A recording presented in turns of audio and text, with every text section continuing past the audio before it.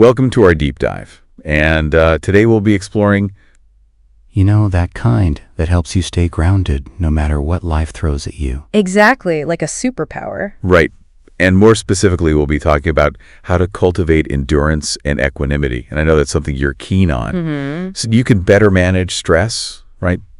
And maybe even, find a little more peace in your everyday life. Absolutely. And it's fascinating because what we're going to be looking at today is actually, it goes way back, like way, way back. I was going to say, to find this calm, we're going way back to the wisdom of the Buddha himself and a respected Thai teacher named Ajahn Lee.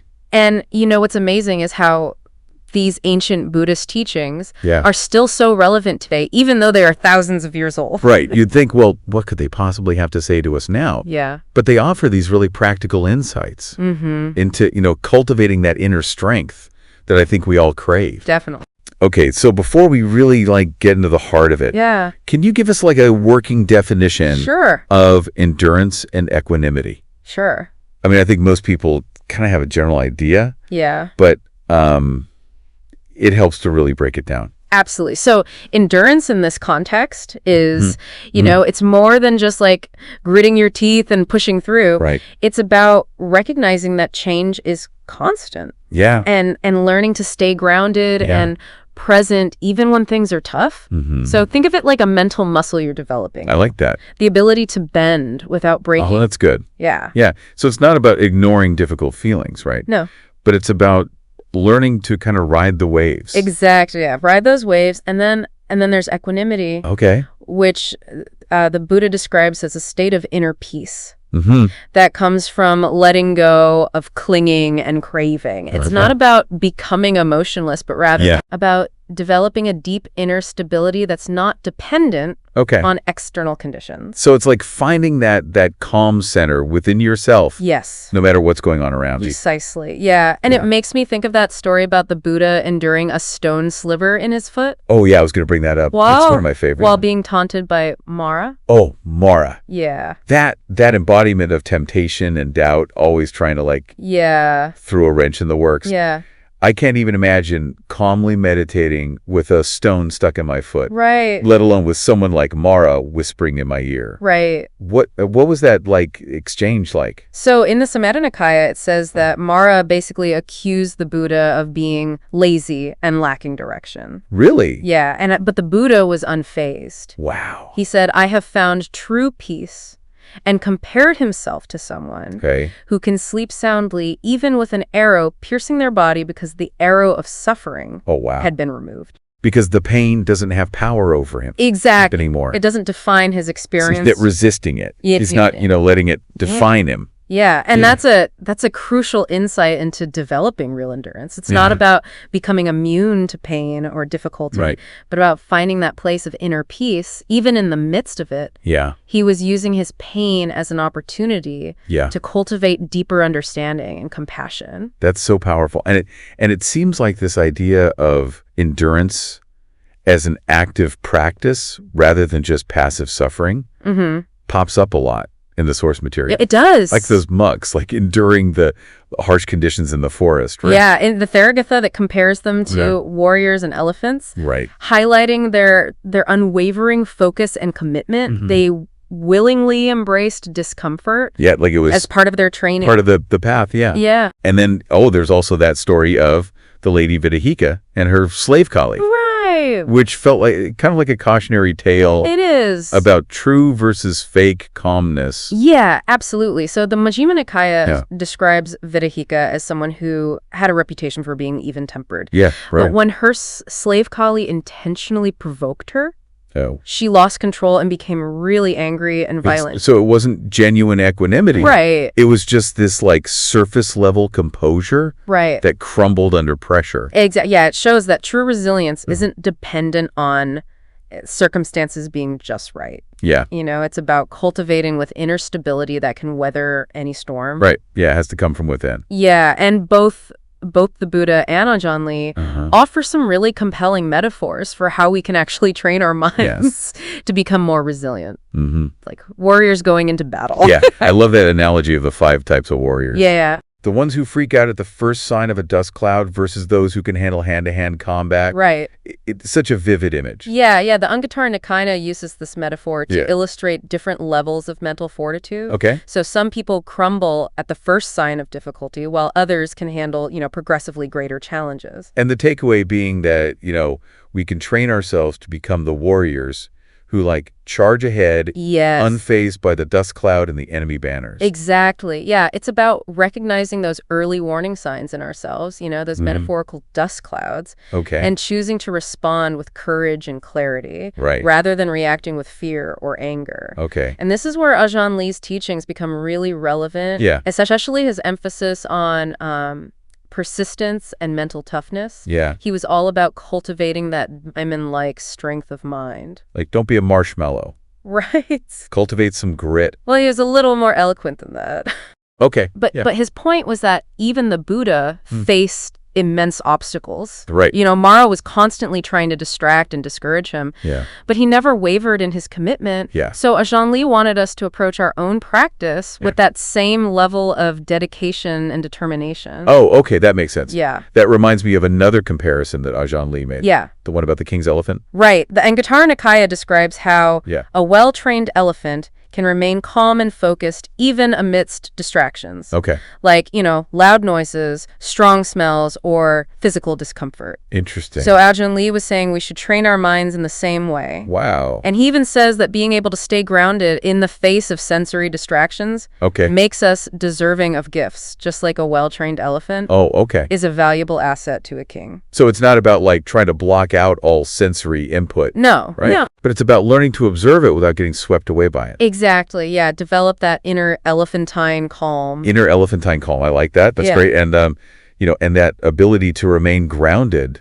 amidst distractions Right. is a key component of equanimity, right? It is. But it's important to understand that equanimity isn't just one thing. Right. Yeah. There are different levels, different nuances to this quality of inner peace. Absolutely. So yeah. tell us more about that, the different types of equanimity. Okay, well, so the Buddha himself distinguished Okay. between what he called worldly and unworldly equanimity Okay. in the Samyutta Nikaya. Okay. So worldly equanimity is a kind of calmness that comes from having things go your way. Right. When you're enjoying a delicious meal Yeah. or the weather is perfect. Right, when everything's going your way. It feels good, but it's fleeting because it depends on those external factors. It's superficial. Yeah. Oh, I'm calm because everything is going according to my plan. Exactly. But what happens when things inevitably, Right. go off the rails? Then what? Yeah, that's Yeah. where the unworldly equanimity comes in. Okay. And this is a much deeper, more stable form of peace Okay. that comes from within, regardless of what's happening externally. So it's like accessing that deep well of inner peace that isn't reliant on, Yeah. external validation or circumstances going a certain way. Yeah. It's there regardless. Exactly. Okay. Yeah. And isn't this deeper equanimity connected to It is. what the Buddha called jhanas? Yes, exactly. So in the 𝙀𝙀𝙀𝙀 Nikaya, Okay. the Buddha described 4 jhanas, which are increasingly deeper states of meditative absorption. Okay. They're not easy to attain, Right. but they point to the fact that there are these progressively deeper levels Okay. of calm and clarity available to us Okay. through practice. So it's equanimity is a skill we can build. It is. It's a muscle we can strengthen Exactly. through meditation and mindfulness. Yeah, it's not about suddenly becoming a Zen master overnight. Right. But about consistently practicing and refining our mind. Right. The Buddha used the analogy of a goldsmith refining gold. Oh, yeah. I love the goldsmith analogy from the 𝙀𝙀𝙀𝙀 Nikaya. It's a great one. Yeah. It illustrates the process of refining our minds. Right. So just as a goldsmith carefully uses heat, water, and observation to purify and refine gold, Yeah. we can use mindfulness and meditation Right. to gradually refine our minds Okay. and cultivate greater equanimity. And Ajahn Lee And Ajahn Lee. had some fascinating thoughts about how we could approach this refining process. He did. Especially, his advice on making the mind zero. Right. I remember reading that and thinking, make the mind zero. How do you even do that? Yeah, it's a powerful image. But it's such a powerful image. It is. Yeah, he was all about simplifying. Right. about letting go of the mental clutter and attachments Yeah. that weigh us down. Uh-huh. He actually talks about making the mind one first Okay. through focused concentration. Okay. And then once that's established, making the mind zero Okay. by releasing even that focus, So you transcend the duality arriving at a state of pure awareness. of 1 and 0 alternative. It's exactly. Cool. It's about letting go of clinging even to the idea of focus itself. Yes, exactly. Wow. And this idea of making the mind zero ties into a really provocative concept Okay. that 𝙀𝙖𝙖𝙞𝙀 emphasized, Uh, the idea of putting the zeros first. Okay, yeah. He uses this simple mathematical image Okay. to highlight a profound truth Okay. about how we can approach life and cultivate lasting peace. Okay. But I think that's a conversation. Yeah, let's say That's the next part of our deep dive. that's a great cliffhanger. Yeah. We'll put a pin in that. All right. Come back to it next time. Sounds good. Okay, so this whole putting the zeros first idea. Yeah. It's super intriguing, but I gotta admit, it's a little bit mind-bending. It is. How does 𝙀𝙖𝙖𝙞 actually use this math concept to illustrate like a spiritual truth? So think about what happens when you add a zero to the end of a number in math. Okay. You know, it multiplies the value tenfold. 10 becomes 100, 100 becomes 1,000, right? Yeah. But if you put the zero before a number, Yeah. it doesn't change the value at all. Right. 1,000 zero is still zero. Right. It's like those zeros in front are meaningless. Exactly. And that's precisely 𝙀𝙖𝙖𝙞's point. Okay. He's suggesting that when we prioritize that inner emptiness, Mhm. that zero state of pure awareness, Okay. all the things that usually have such a big impact on us, Yeah. you know, praise, criticism, success, failure, Right. they lose their power to define us. It's like they become those meaningless zeros. Exactly. Yeah. In front of the essential zero of our true nature. So we're like creating this kind of buffer, Mm-hmm. this protective shield. Yeah. By putting that zero of emptiness first, Yes. we're not letting those external events or opinions Right. dictate our sense of self-worth. Exactly. And that's incredibly freeing. I can see that, yeah. Think about how much energy we waste Yeah. worrying about what other people think or striving for external validation. Oh, so much. When we put the zeros first, we're essentially saying none of that really matters. Right. What matters is cultivating that inner peace and letting that be my foundation. That's powerful, but it also sounds pretty challenging. It is, yeah. I mean, you know, we're constantly bombarded with messages about what we should be achieving, Right. how we should be living our lives. Right, exactly. It takes like real effort to step back from that Yeah. and say, nope, my inner peace comes first, You're absolutely right. It's not an easy path, right? but it's a worthwhile one. Oh. And remember, it's a practice. It's Yeah. not about achieving some perfect state of detachment overnight. Right. It's about making a conscious choice moment by moment Yeah, to prioritize our inner well-being. I love that. Yeah. It's a practice, not a destination. I think that makes it feel more accessible, less daunting. Yeah. But I'm also wondering, like, how can we practically apply these teachings in our daily lives? Yeah. You know, it's one thing to understand the concepts, Right. but it's another to actually put them into action. That's a great question. And I think the key lies in cultivating mindfulness. Okay. You know, it's about learning to become aware Mhm. of our thoughts, feelings, and sensations in the present moment Right. without judgment. Okay. So when we develop that mindful awareness, we start to create space between our reactions and our true selves. So instead of immediately, like, reacting with anger Right. when someone cuts us off in traffic, Exactly. we can, you know, Yeah, pause, take a breath, Yeah. observe that feeling of anger without getting swept away by it. like it's just a feeling. Exactly. We can remind ourselves that the traffic jam is temporary. Mm-hmm. Our anger won't make it go away any faster. Right. And in that space of mindful awareness, Yeah. we can choose a more skillful response. So we're training ourselves to become that king's elephant. Yes. Steady, calm, Fit unfazed yeah. by the distractions and annoyances of daily life. That's a great way to put it. Yeah. And I think it's also important to remember Yeah. that, you know, the benefits of cultivating endurance and equanimity, Yeah. they extend far beyond just dealing with difficult Can situations. do. Yeah. You know, they also offer this path to a deeper, more fulfilling way of life. Absolutely. How so? Like, what does that look like? Well, when we train our minds to be less reactive, to be less attached to outcomes, Yeah. we start to experience this sense of freedom and contentment Okay. that's independent of external circumstances. So it's not about becoming passive or like Right. realigning ourselves to whatever life throws at us. No, not at all. It's about finding that inner peace Yeah. that allows us to, navigate the ups and downs with more grace and ease. Exactly. And it's about learning to appreciate the simple things. Yeah. To find joy in the present moment, regardless of whether things are going our way or not. Right. It reminds me of that quote from the 𝙀𝙢𝙖𝙞𝙀. Yeah. Their total stilling is bliss. Beautiful. It's not about eliminating all experience. Right.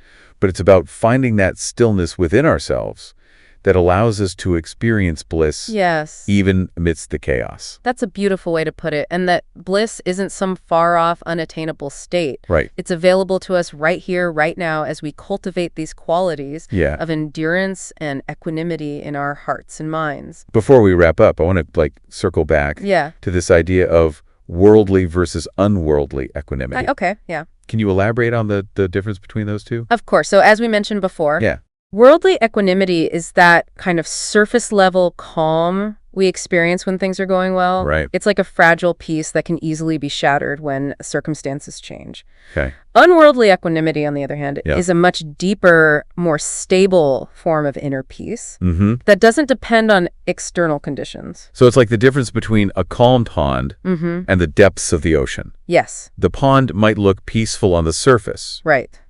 But it can easily be disturbed, right, by a gust of wind or a thrown stone. Exactly. The ocean, however, remains vast and deep. Yes. Largely unfazed by surface-level disturbances. That's a brilliant analogy. And the key to cultivating that oceanic depth of equanimity lies in understanding that our true nature isn't defined by our thoughts and feelings and our experiences. Exactly. It's about recognizing that we are something more than just our constantly changing mental states. Exactly. And that brings us back to the idea of making the mind zero. Right. It's about letting go of all the stories we tell ourselves, all the labels we attach to ourselves, and simply resting in that state of pure awareness. So we're peeling back the layers of conditioning and identification to reveal that essential emptiness. Exactly. That zero state. That's always been there. That's always been there. And in that emptiness, in that zero state, we find true freedom and liberation. Yes. We're no longer bound by our fears, our desires,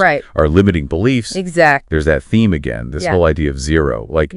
It's really central to cultivating lasting peace and resilience. It absolutely is. Yeah. Okay. And in the final part of our deep dive, we'll explore some practical ways to incorporate this understanding of zero into our daily lives. Okay, so we've talked about this making the mind zero and putting the zeros first. Yeah. And it's such a fascinating concept, but it's a little mind-bending, to be honest. It is. So what does it actually look like to put those zeros first in our everyday life? Well, it starts with understanding what those zeros represent. Okay. Remember 𝙀𝙢𝙖𝙞𝙀 used that math metaphor to illustrate the idea of prioritizing inner emptiness. Okay. That state of pure awareness where we're not clinging to thoughts or emotions or external conditions. So it's like recognizing that all those things, yeah, our thoughts, emotions, ups, downs, it's all temporary. Fleeting, yeah. They're like those zeros that don't actually change the core values of who we are. Right. And when we put that zero of emptiness first, all those other things lose their power to define us. We're no longer constantly reacting to every little thing that happens. We're able to observe our experiences with more detachment and clarity. It's like we're creating that space between ourselves and our reactions. And that's where wisdom and compassion can emerge. That's a great way to put it. And that space is where real freedom lies. Oh, okay. When we're not so caught up in the drama of our thoughts and emotions, we're able to respond to life's challenges with more grace and equanimity. Okay, so I'm starting to see how this ties back into the concepts of endurance and equanimity we've been talking about. Exactly. It's about cultivating that inner strength. Yes. That stability that allows us to weather any storm. Exactly. And it's not about becoming emotionless or suppressing our feelings, but about learning to observe them with mindfulness and compassion without letting them dictate our actions. So how do we practically do this? Yeah. It's one thing to understand it. Right. But it's another to embody it. Absolutely. So 𝙀𝙢𝙖𝙞𝙀 emphasized the importance of making a conscious effort to shift our perspective. He said, instead of let things drag us along, we should drag them along. Okay, I like that. What he meant was that we need to take charge of our minds. Right. train them like those warrior monks we were talking about. So instead of being at the mercy of our thoughts and emotions, we're choosing to lead them. Yes. Direct them. In a skillful way. Okay. And it starts with simple things like becoming aware of our breath, paying attention to our body sensations, noticing the thoughts and emotions that come up throughout the day. That sounds like mindfulness. It is. Mindfulness is a powerful tool for cultivating that zero state of awareness. Yeah. When we practice mindfulness, we're training ourselves to be more present, more aware of what's happening within us and around us. Right. And in that awareness, we start to see things more clearly. Yeah, we see that our thoughts and emotions are not permanent. They come and go like waves in the ocean. And we become more skilled at riding those waves. Yes. So we don't get swept away. Exactly. And we start to experience that sense of inner peace that's not dependent on conditions. Like building that unshakable foundation. Yes. Zero stake that's always there. That's always present. Yeah. Beautiful. And as we cultivate that inner stillness, we find that we can navigate the ups and downs of life with more ease and grace. We're less reactive, less judgmental, more compassionate towards ourselves and others. I think what really struck me about Ajahn Lee's teachings is that he doesn't present it as some lofty, unattainable ideal. He makes it feel very accessible. Yes. Like something we can actually, strive for. Yeah, and that's what's so inspiring about his message. He reminds us that this is a journey we can all embark on, regardless of background or experience. It's about making that conscious choice to prioritize our inner peace, to cultivate those qualities of endurance and equanimity that allow us to live more fully and freely. So if you had to distill all this into like one key takeaway for our listeners, what would it be? Ooh, that's a tough one. What would you want them to remember? I think Ajahn Lee said it best. This is something that can't be written, can't be read, that we understand only for ourselves. Oh, wow. Yeah. The real understanding comes from direct experience. From putting these teachings into practice. So it's not enough to just listen to us talk about it. No. We have to actually go out and experiment. Yeah. Try it out. Yeah. See how it plays out in our own lives. Exactly. Make it personal. Find what works for you. Right. And commit to that practice. Yeah. I have a feeling our wonders are going to walk away from us with a lot to ponder. Oh, yeah, definitely. Especially that question Ajahn Lee posed. Oh, yeah. What would it mean to put the zeros first in our own lives? That's a good one. Yeah. Yeah, so I hope this has given everyone some valuable insights and inspiration to begin that exploration. Me too. I know he has for me. Yeah. Well, thank you so much for guiding us through this incredible deep dive. Yeah, it's been fun. Into the heart of calmness. Absolutely. It's been truly enlightening. Well, thank you for having me. Of course. And to all our listeners out there, Yeah. Keep practicing, keep exploring. Yeah. And may you find that deep well of peace within yourselves. Absolutely. 23 hours.